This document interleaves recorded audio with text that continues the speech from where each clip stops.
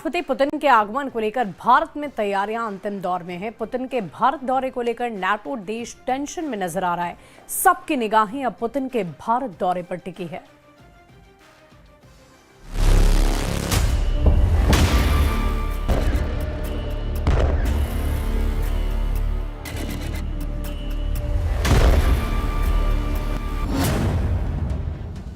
Putin की भारत यात्रा से बढ़ गई ट्रंप की टेंशन।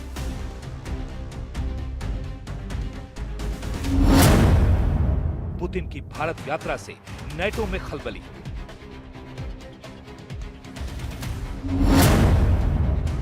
पुतिन की भारत यात्रा से तुर्की बेचैन।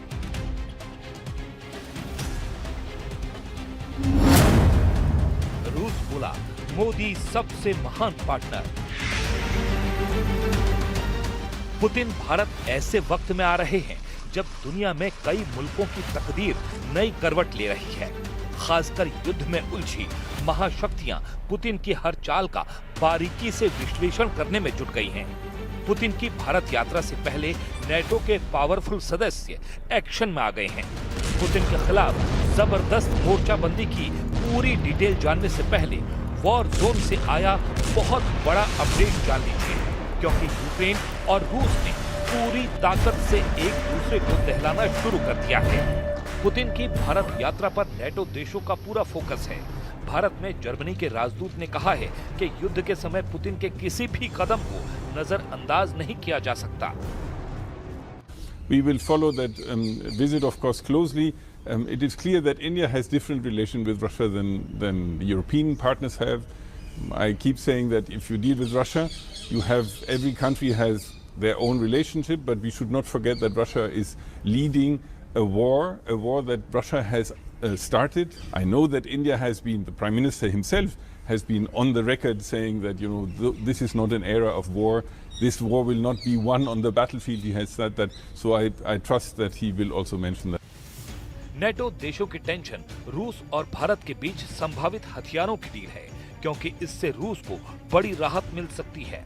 वहीं पुतिन के प्रीमियम क्लास के हथियार ऐसे हैं जिनको अब तक युद्ध में पूरी तरह नहीं उतारा गया है, और इन्हीं में दो सबसे खास हथियार हैं। S-400 एयर डिफेंस सिस्टम और 5वीं पीढ़ी का फाइटर जेट सुखोई 57। ये दोनों हथियार इस वक्त भारत की मिलिट्री ताकत बढ़ाने के लिए तैयार हैं। दोनों ही रूस के सबसे नए और सबसे आधुनिक हथियारों में गिने जाते हैं। पुतिन के यही हथियार नेटो देशों के लिए ऐसी पहेली बने हुए हैं जिसका जवाब अब तक तलाशा जा रहा है। ये ऐसे दोनों हथियार हैं जिनका असल इस्तेमाल तब देखने को मिलेगा जब रूस और नेटो देशों की सीधी टक्कर होगी। यूक्रेन युद्ध में अभी तक पुतिन की इसी ताकत को देखते हुए नेटो देश पर्दे के पीछे एक्टिव हो चुके हैं। इस वक्त लड़ाकू विमानों में सबसे ज्यादा चर्चा रूस के सुखोई 57 की हो रही है।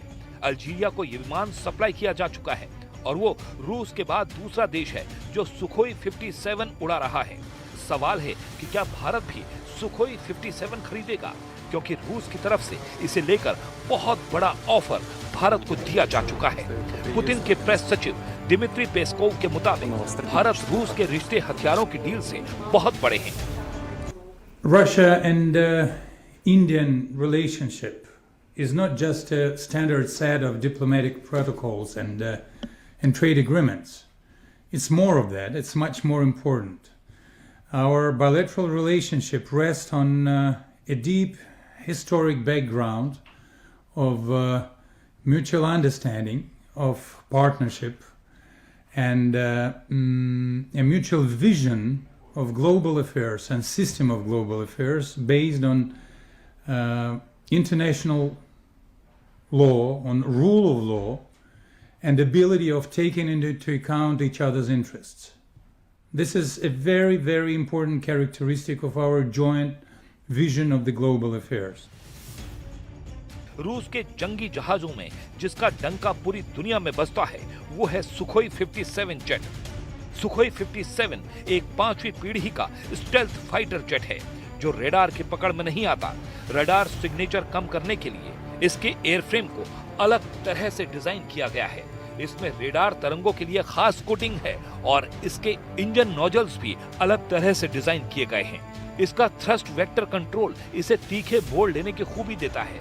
ये खासियत भारत के सुखोई 30 विमान में भी है और यही रूस के फाइटर जेट को और फुर्तीला बना देती है।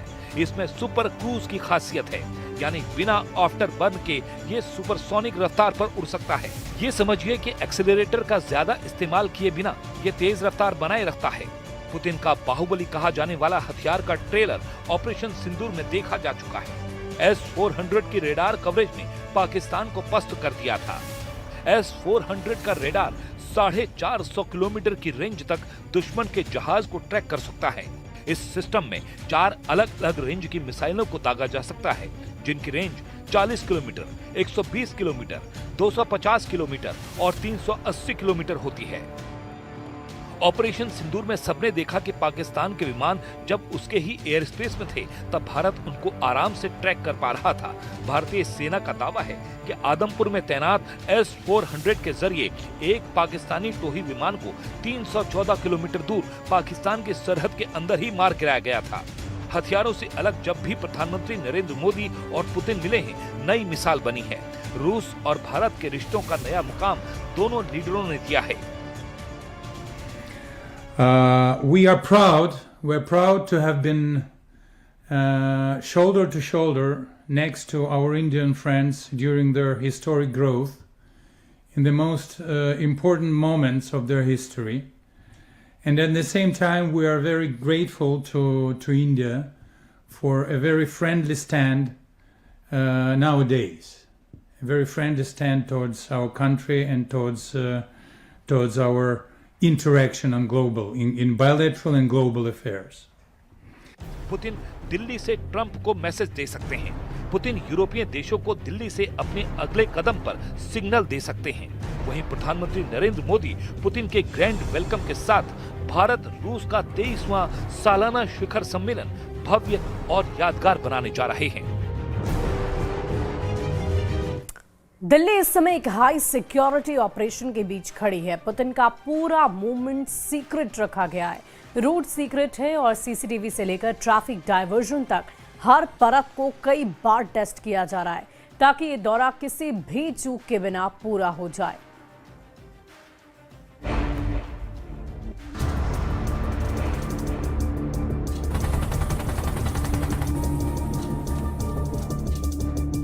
रूस यूक्रेन युद्ध के बाद पुतिन की सुरक्षा व्यवस्था पहले से कहीं ज्यादा कड़ी हो चुकी है।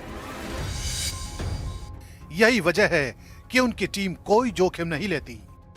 भारत दौरे से पहले ही रूसी सुरक्षा यूनिट दिल्ली पहुंच चुकी है और एसपीजी के साथ मिलकर पूरे सुरक्षा ढांचे की जांच कर रही है। एयरपोर्ट से लेकर राष्ट्रपति भवन तक सभी संभावित रूट्स का मैप तैयार किया गया है। हर सड़क, हर मोड़ और हर सेकंड की मूवमेंट को पहले ही प्रैक्टिस में उतारा जा रहा है। फिलहाल एयरपोर्ट से लेकर पुतिन के ठहरने की जगह और कार्यक्रमों तक हर लोकेशन पर मॉक ड्रिल लगातार चल रही है। दिल्ली पुलिस के जवान, एसपीजी कमांडो और केंद्रीय सुरक्षा एजेंसियों की टीमें अलग अलग समय पर इन रिहर्सल में हिस्सा ले रही हैं ताकि असल विजिट के दौरान किसी भी स्थिति में तुरंत प्रतिक्रिया दी जा सके। सबसे अहम है सीसीटीवी मॉनिटरिंग, जिसे इस बार और भी ज्यादा मजबूत किया गया है। करीब 1000 सीसीटीवी कैमरे उन इलाकों में लगाए गए हैं जहां से पुतिन का काफिला गुजर सकता है। कई कंट्रोल रूम तैयार किए गए हैं जिनमें दिल्ली पुलिस और इंटेलिजेंस टीम एक साथ बैठकर हर फ्रेम पर नजर रख रही है। जिन रूट्स पर मूवमेंट की संभावना है उन्हें पहले ही नो फ्लाइंग जोन घोषित कर दिया गया है, यानी जमीनी सुरक्षा के साथ हवाई सुरक्षा भी पूरी तरह एक्टिव है। दिल्ली पुलिस ने ट्रैफिक डायवर्जन के कई प्लान तैयार किए हैं जिन्हें हालात के मुताबिक बदला भी जा सकता है। ये पूरा ऑपरेशन इतना सीक्रेट है कि पुलिस के असली रूट को अंतिम समय तक बेहद सीमित अधिकारियों को ही बताया गया है ताकि सुरक्षा में कोई सेध न लग सके। दरअसल पुतिन दुनिया के सबसे हाई वैल्यू नेताओं में गिने जाते हैं। पिछले कुछ वर्षों में उन पर खतरे बढ़े हैं। इसी वजह से उनकी सुरक्षा लेयर्स पहले से कहीं ज्यादा आक्रामक और मल्टी लेयर हो चुकी है। भारत में एसपीजी और रूसी सुरक्षा टीम मिलकर जो सिस्टम तैयार कर रही हैं, वो सामान्य वीवीआईपी विजिट से कहीं ऊपर की कैटेगरी में आता है। असली लक्ष्य ये है कि जमीन, हवा और इलेक्ट्रॉनिक सिस्टम तीनों पर किसी भी तरह की चूक की गुंजाइश न बचे। पुतिन की सुरक्षा